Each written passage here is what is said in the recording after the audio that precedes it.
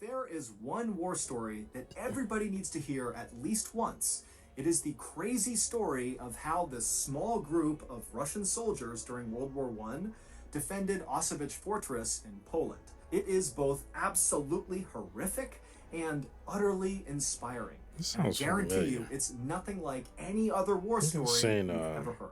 But before we get War into that Graphics or story, something if you're a fan of the do a strange, dark, and video on this. mysterious delivered in story format, then you come to the right place Nice. because that's all we do, and we upload once a week.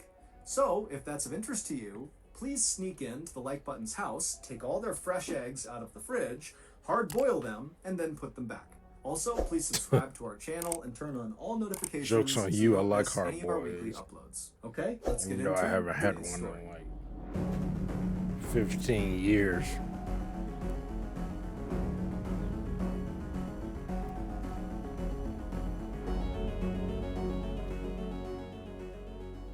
On the morning of August 3rd, 1915, during World War I, a 21-year-old Russian soldier named Vladimir Kotlinski looked out from behind the huge stone walls of Auschwitz Fortress in Poland. Out in front of him, he saw the same landscape he had been looking at for the last 6 months that he had been stationed at this fortress. It was a big, swampy forest that surrounded them on all sides. Additionally, in this swampy forest around them on all sides were dozens and dozens of trenches. Trenches are long, deep pits that soldiers trench would dig warfare. to both hide inside The of best when they're being warfare. attacked, and then also to launch their own attacks out of from behind their dirt walls. And these trenches that zigged and zagged I all remember that around smell of Auschwitz mustard Fortress were gas. created by and now occupied by 7,000 German soldiers. And during World War I, the Russians were fighting the Germans. The Germans really wanted to take Auschwitz Fortress from the Russians. It was in a great strategic position with a railway passing right through it. There was also a river nearby and a main road, meaning whoever owned this fortress was greatly aided in moving critical wartime supplies and troops in a very hotly contested area. But despite the repeated attempts by these 7,000 Germans to take over Auschwitz Fortress over the past 6 months, they had all been repelled by Vladimir and the puny 900-man Russian force inside of the fortress. And so, by that morning, August 3rd, 1915, as Vladimir is looking out from the battlements over the trenches in the marsh down below, it was like both the Russians and the Germans had reached a sort of stalemate, where neither side was trying to attack the other, and neither side was leaving. They were just kind of staying put and doing nothing. In fact, over the last few weeks, there had been so little action from either side that the Russian soldiers inside the fortress got so bored, they began sneaking out the side door of the fortress to try to catch fish with their bare hands in the nearby river. But this morning, as Vladimir stood atop the wall, he noticed saw something them. strange happening in one of the trenches that was located closest to the fortress. It was still several hundred feet away, but he could see clearly down into this trench. And what he saw was there was this cluster of high-ranking German officers that were kind of huddled together, and they kept looking down at the ground at something inside of the trench that Vladimir couldn't see, and then they would look up at the sky and kind of wave their hands around, and then they'd look back down at the ground below them. Now, Vladimir had no idea what they were doing. I mean, again, he could Just not drop see a what bomb, they were throw a looking at grenade in over the them. trench, and when he looked up into the sky where they seemed to be looking, it just looked like a regular blue sky. But whatever they were doing, it was making Vladimir feel nervous. Vladimir was a young junior officer, which meant he was in charge of other soldiers, but because he was so new, he lacked experience and credibility, and so really wasn't considered a serious leader within the army. And so, Vladimir, as he's watching this strange behavior, was concerned that if he left now and told his superiors that he was worried about the Germans because they were looking at the sky funny and looking at the ground funny, that it would make him look like he was being paranoid and not a good leader. You should be So paranoid. ultimately, Vladimir just looked at this cluster inside of the trench and decided Like I think a certain level of paranoia is okay, like to an extent, when you are in a wartime situation. You know, like if you hey, you said I saw a bunch of German officers, which pretty much in any war, if you on both sides, if you able to kill a high ranking person in that person's army, or insurgents or uh, guerrilla outfit or whatever, those usually more like, oh, you killed this high ranking person. It's like we did it in Afghanistan. Like, they do that throughout Vietnam. I remember when I was in Afghanistan, they didn't want us to salute because of that. I mean, that's not a new thing. They also did that in Desert Storm. And before that, what is they don't salute officers in plain view. So we didn't salute anybody. And I remember when I was in Afghanistan, uh, I was at Kandahar. They didn't. Some army major general was like, we're losing like military bearing and values and stuff like that. So he was like, I'm bringing back saluting. So we had to salute people. And it wasn't just you saluted people of your officers of your own branch. You had to salute officers of all branches. So if you were Air Force, like I was in the Air Force, you had to salute an officer because we had like Australians, it was other countries there. Yeah, Canadians, whatever. It was, and then also you had NATO there, so you had a bunch of different people from all over in different countries, officers and whatever, and listed people in their ranks, and you had to salute the people. So they gave everyone like a sheet of paper that had all the ranks on it, well, all the officer ranks. So you had to salute all these. So now everyone's trying to look at everyone's ranking, and it's not on the exact same thing. Like everybody, like we know, the military, the U.S. we had it on our hats and on our chest, unless you went like service dress and it's on like on your sleeve and stuff like that. But it was on our sleeves because we still had ABUs on. But so all of the enlisted was on like sleeves. Well, most of us, some of us had the like the army one where they had the like the Velcro on their chest, and then they had it on their not the hat, but they just had it on their chest. But so you at that point we had everybody. I had people saluting me because they didn't know what they did. Like I don't know what his rank is. So they just anybody who walked past anybody they just salute. And then a lot of officers didn't salute you back. So you salute them and they just hey, just keep walking. And you have that in the States. Like I remember saluting people in the States on my home base and officers won't salute me back. They just say, hey, and just keep walking. Like, and that only lasted, I think, like a month, maybe not even a whole month before the other generals, because it wasn't just one army general, it's like other major generals in different branches. Like that's stupid. Plus, we have a reason why we don't do this because if they're looking, because they were already shooting rockets at us from the mountain. So a lot of times they would just shoot. They didn't have any targeting systems. So they would just shoot a rocket and just like I hope it lands over there. A lot of times it would land on the like the army or marine side of the base. And and I remember they were like this is stupid because they might snipe us and try to shoot an officer. So they're like no, don't salute. We don't salute in theater because of that reason because they endanger the officers. So they don't. So then you're endangering everybody because no one knows other people's ranks at different services. So especially international services. So that would be just saluting everybody. It's like, because I remember trying to study it and trying to memorize it because I didn't want any officer to like because some officers they take that shit real seriously. And I didn't want to sit there and try to be getting chewed out by some random officer, especially an officer in an international service. So I was just like, I tried to memorize that whole thing. Just like with the Marines, like I tried to do the things that because I worked with some Marines. Well, they didn't work in our office, but we worked kind of in conjunction with them.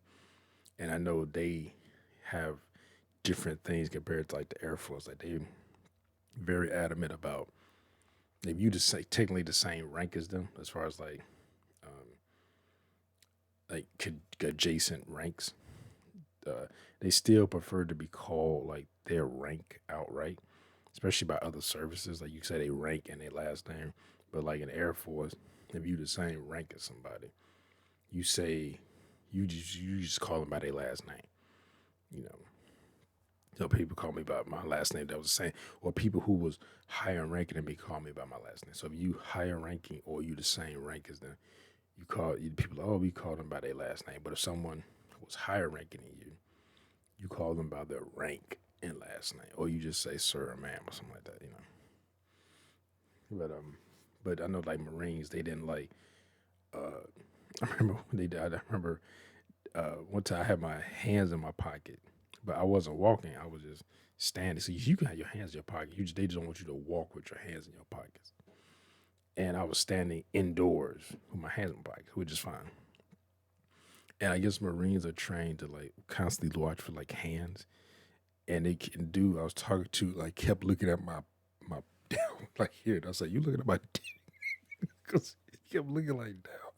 And I remember that because he wasn't working there. He was another Marine from somewhere else. And I was just happy to be talking to him. And I had my hands in my pocket. Well, he came over to talk to me, and I had my hands in my pocket. He kept like looking down.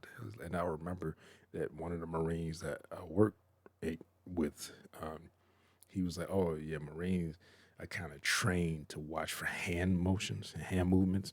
So you move too quick, your hand move too quick. It triggers a response that you are hostile. So or you got your hands hidden there, constantly look, make sure like you're not pulling nothing out." So then when I saw he was doing that, I pulled my hands in my pockets. I kind of just stood there with my hands on my side, and then he started looking at me like in the face, like looking like making eye contact. And I was like, "Huh, that's." Because he told me that, I was like, okay.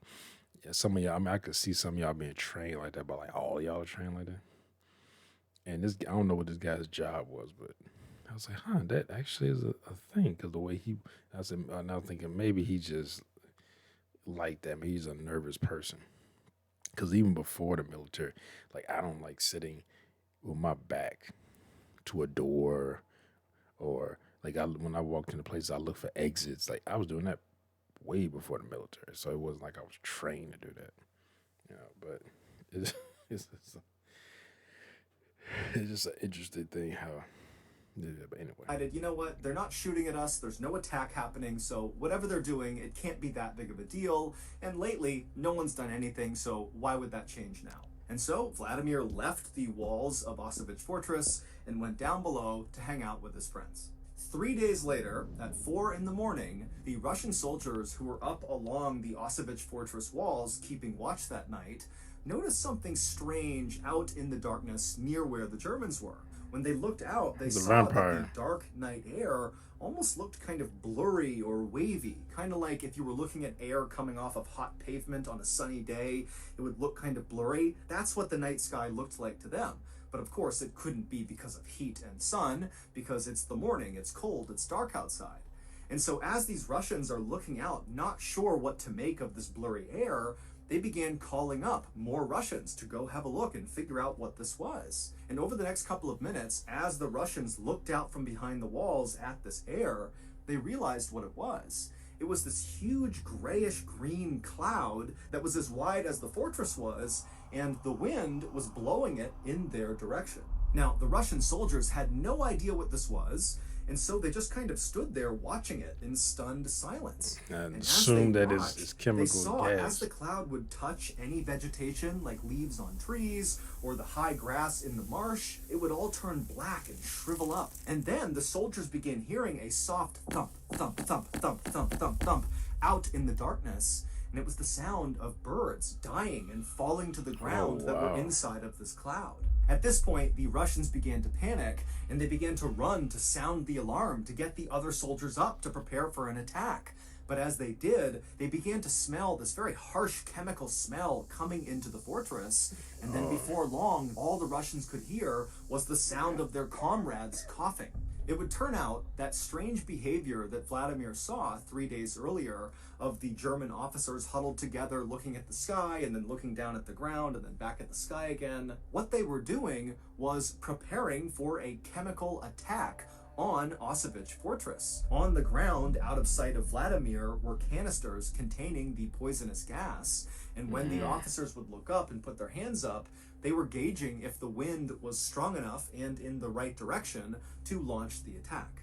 Now, 3 days ago, the wind had not been in their favor, but this morning at 4 a.m. on August 6th, 1915, Damn, that must be the wind scary. had been in their favor, and they had released the gas. And this gas was quite possibly the worst gas you could ever come up against on the battlefield. Yeah, what kind It was of a gas is combination that? of chlorine gas and bromine gas. On their Oh, own, okay. chlorine and think I've heard bromine of are this. very toxic and can kill you. But Yeah. when you mix those two gases, it becomes It's like a pencil exponentially more dangerous. and bromine The gas gas. mixture binds to moisture and then turns the moisture into hydrochloric acid. Meaning, if a person who did not have a gas So mask that on would- that came would fuck in up your contact lungs with this poisonous gas, serious. when they inhaled it, it would literally fill their lungs with acid, which would dissolve them from the inside out. And then also, the gas would get into their eyes and into their nose, and the acid there would burrow holes into their skull.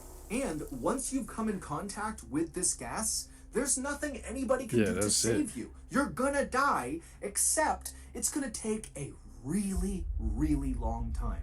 You don't just immediately dissolve. It's this long, drawn-out, excruciatingly painful process. By this point in World War I, chemical warfare was really not being used by anybody, and so they as just a started result, in the World War Russian army did not outfit their soldiers with gas masks. Oh, damn. The German army did, and they knew the Russian army did not. So, as this horrific poisonous gas began permeating every square inch of Auschwitz Fortress, all of these Russian soldiers had nothing they could do to protect themselves from this gas. And so right away, soldiers began bleeding from their eyes and their mouths and their ears, and they literally began coughing up chunks of their lung. And so very quickly, the Russians inside the fortress understood they were being poisoned.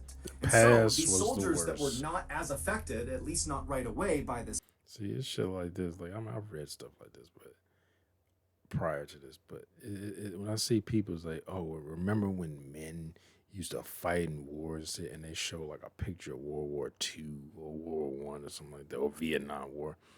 I'm just like, do you want to go back to this? To shit like this? Like, shouldn't you be happy that we are probably in some of the most peaceful times in recorded human history?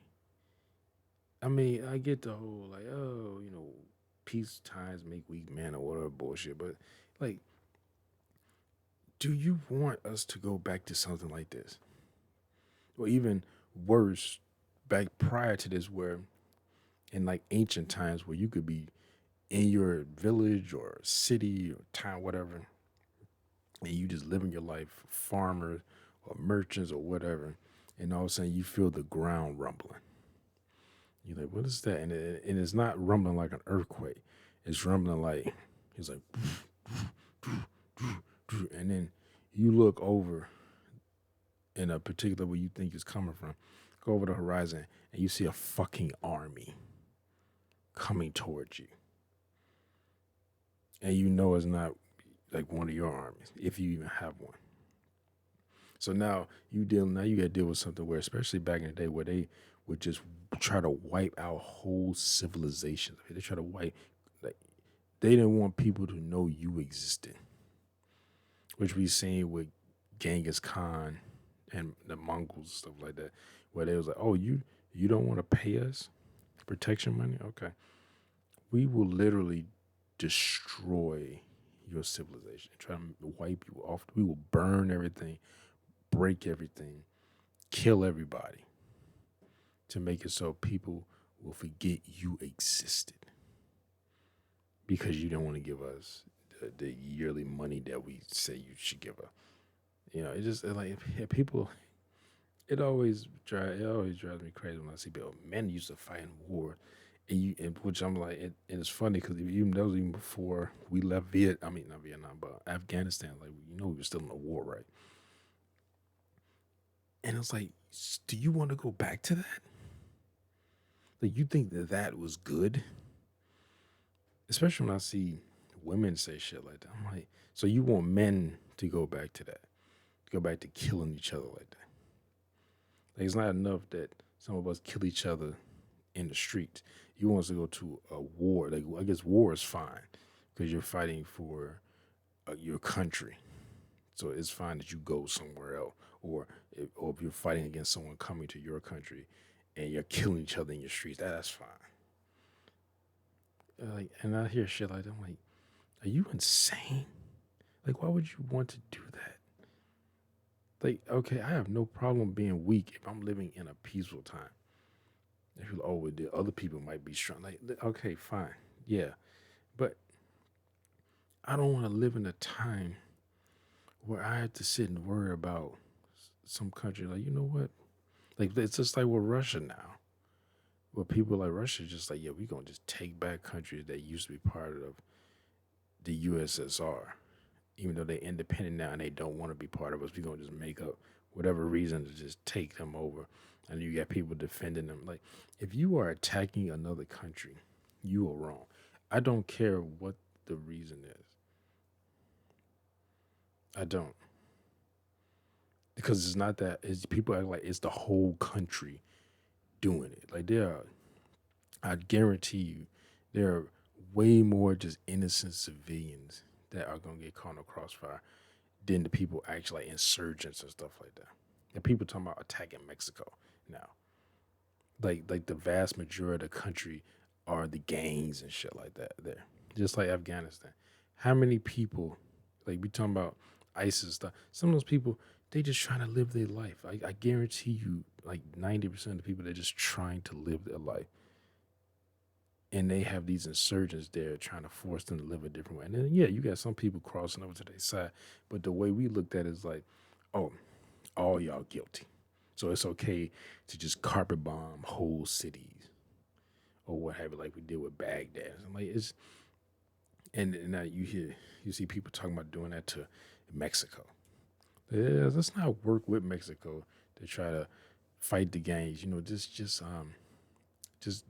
invade them. You know, and it just shit. That's just crazy to me. When people like, yeah, we just man used to fight wars. Like, I was like, you don't want to go back to that. You couldn't even fucking handle a pandemic. Well, I mean, a lot of people can't handle a pandemic. I mean, you look at the history of like the great influenza back in what the early 20th century. Like, people back then were doing stupid shit like people now do. Like, you know, the more things change, the more they stay the same. Like, so people then, I don't believe this, or I don't want to wear a mask, so I'm gonna cut a hole in my mask so I can smoke a cigar. I'm like, you know, that kind of defeats the purpose of the mask, right? It's like you want to go back to some shit like that, where people are just killing each other and dying for resources or land, or I think we should have this because we either had this before, or I think we're better than these people, so we should just take what they got. You know, that shit's just crazy. Gas quickly began ripping off their Sorry, shirts, I've been drinking, dunking them so in water, and wrapping them I get a little around their heads talkative when I to try to drink. limit how much they breathed in of this chemical. But it really didn't do much to stop the chemical. In fact, these makeshift gas masks might have made it worse because the gas would have bound to the moisture on the shirt. And so the Russians were totally doomed. They were surrounded on all sides outside the walls by their enemy, and then inside the fortress was this gas, and there was no ventilation in the fortress, and so there was nowhere to go. They couldn't escape death no matter where they went. And so Vladimir, he was one of the guys that was still on his feet inside of the fortress, and he stumbled over to this narrow window on the side of the fortress walls, and he looked out and he saw all these Germans running towards them, firing their machine guns, artillery's being fired. I mean, he knows they are moments away from the Germans reaching the fortress door, coming inside, and killing every last one of them. But Vladimir's reaction to this was not being scared or being sad. Instead, he suddenly felt incredibly motivated. If they're going to come in here and kill us, then we're going to make it as hard as humanly possible first. Vladimir had a reputation for being totally fearless. over the past 6 months that they had been under He got siege a from the German cigarette in his army out hand. in their trenches, anytime fighting broke out, Vladimir was always the first to run up and be right on the front line of fighting. And then several times when his comrades had been shot or wounded, Vladimir would run out into the line of fire to save the Oh fallen wow, soldiers. man, It this was dude, like they made a Vladimir painting of lacked him. any instinct for self-preservation. And so as the Germans continued their run towards the fortress, artillery shells are hitting the walls, there's constant gunfire, and Vladimir, he leaves his window and he marches back over to the open courtyard inside of this fortress where the 100 or so other still living Russian soldiers were. I mean, they're all gonna die. They've been totally poisoned by this gas, and it's just a matter of time now, but they're still on their feet, and Vladimir walks over to them, and Yeah, even like though, you know again, he's he's gonna pretty die. junior, he stands up and he says to them, "This is our moment. We are all going to die. But what we do right now will define us." And the way Vladimir said it, he got those 100 soldiers who were on death's door to be so motivated so quickly that they rallied to him. And so as these men are literally bleeding out of their eyes, their mouths, they're coughing up pieces of their lung, Vladimir explained the plan. And then moments later, with Vladimir It's funny because we know that he's an ex Navy SEAL, and how intensely he's talking about this. Like he's like really like motivated. He's into. It's interesting knowing that his background and how intensely he's talking about this. He's like, oh, okay. Because even if I didn't know that he was a Navy SEAL, if he was the way his body language and everything is, I like he must have served. Either he served or like I've even seen like people who were just in ROTC kind of like very passionate, like when they talk about like the military or military operations stuff like in that. the front, this gaggle of soon-to-die Russian soldiers charged towards the gates, opened the fortress, and began running out towards the Germans, screaming with their bayonets lowered.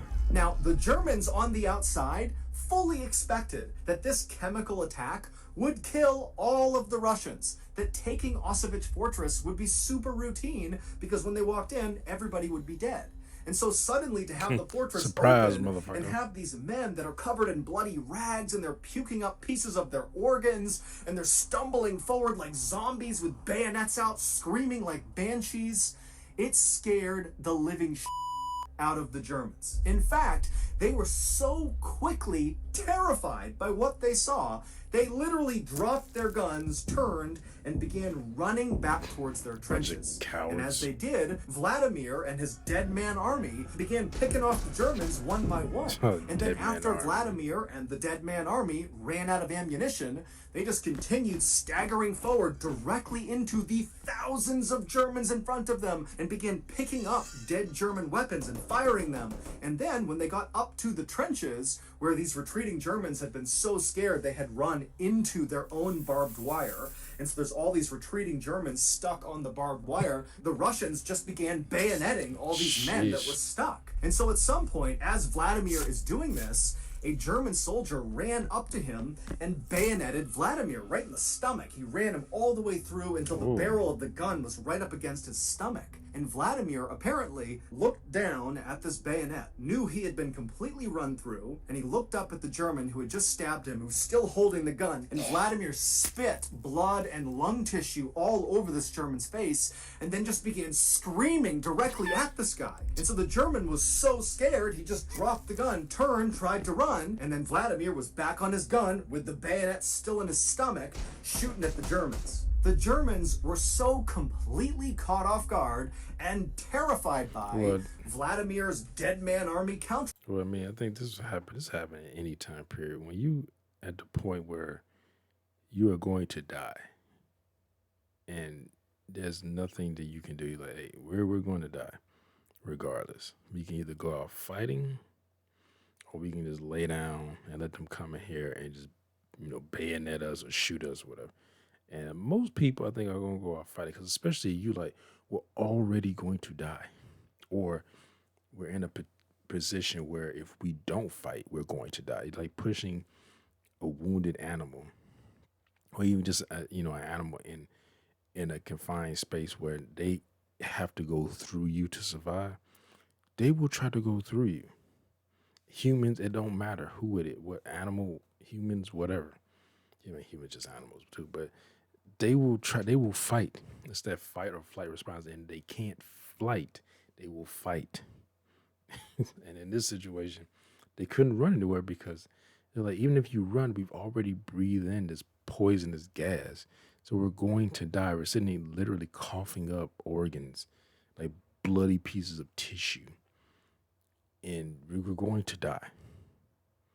This is no now, I get maybe they didn't know that from what because they like we don't know really what's happening because no one was using chemical warfare really at the time. 'Cause like you said, they didn't even have gas masks, so they weren't prepared for this because no one was really using it. So to them, they probably didn't necessarily know they were going to die. The effects of that gas were irreversible, and like you breathe into it, you're pretty much dead, or you gonna have severely irreversible damage to your body, your lungs, and stuff like that. So they might not have known that, but they're like, we're coughing up blood. Blood is coming out of our eyes. I mean, if that was happening to me, I'd be thinking I'm dying.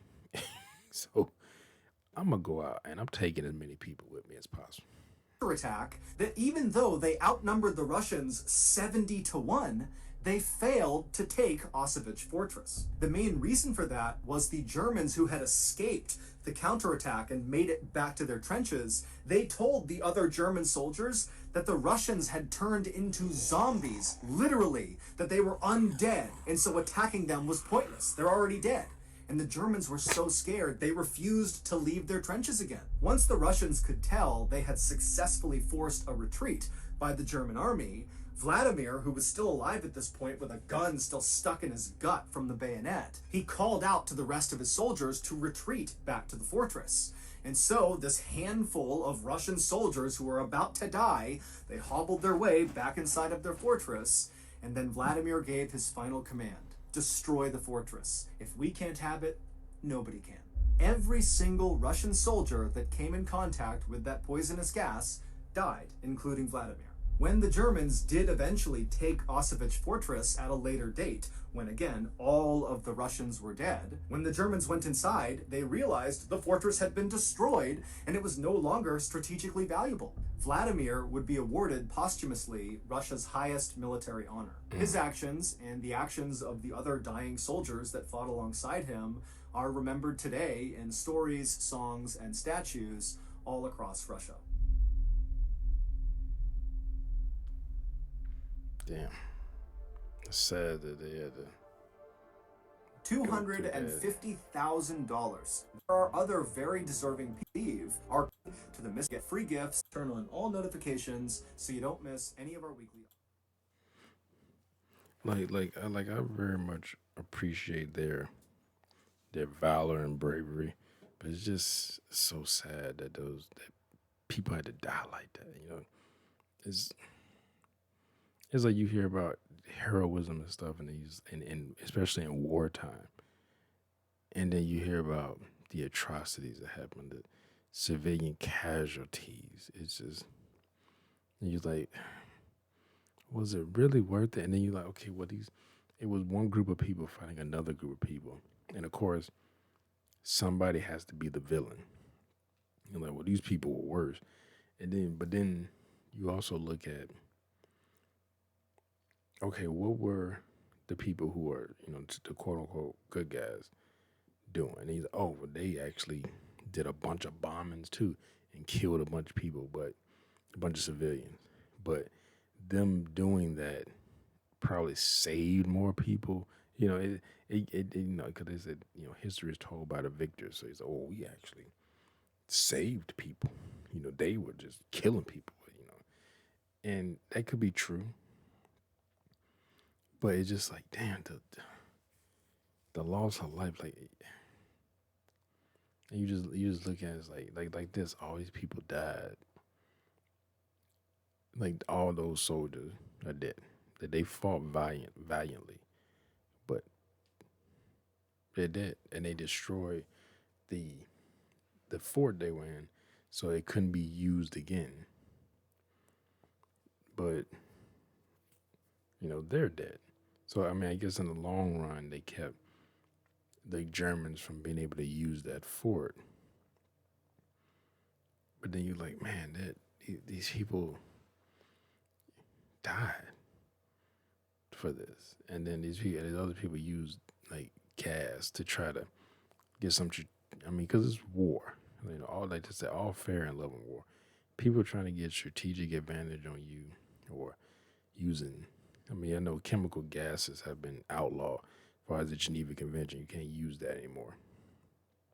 But people will use all different types of methods to try to get a advantage on you, especially if you have an army that is superior to theirs, whether it's more people or you have better technology or what have you. So like we gotta do whatever we can to try to get a advantage on you.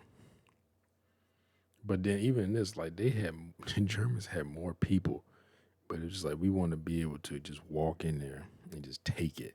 So use the chemical gas to just have these people just pretty much liquefy from the inside out. And then these people like, well, we're gonna die. So anyone who can still stand and hold a weapon and shoot, oh, we going out there and we just gonna just kill. And then these people are such cowards that they just start running away, even though you know what's happening to them. But you're like, but they should be dead. They should be wallowing around, coughing up blood and dying in agonizing pain, and they're not. Well, these people are not. So then you start running away because you think they're like undead, or you can't kill them because they're already dead.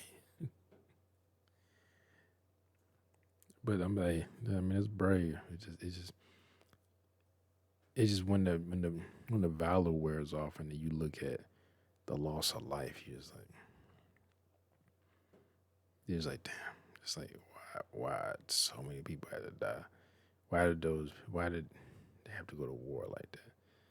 Like, what was the like? And then the point is everyone's trying to get more land or more resources, stuff like that.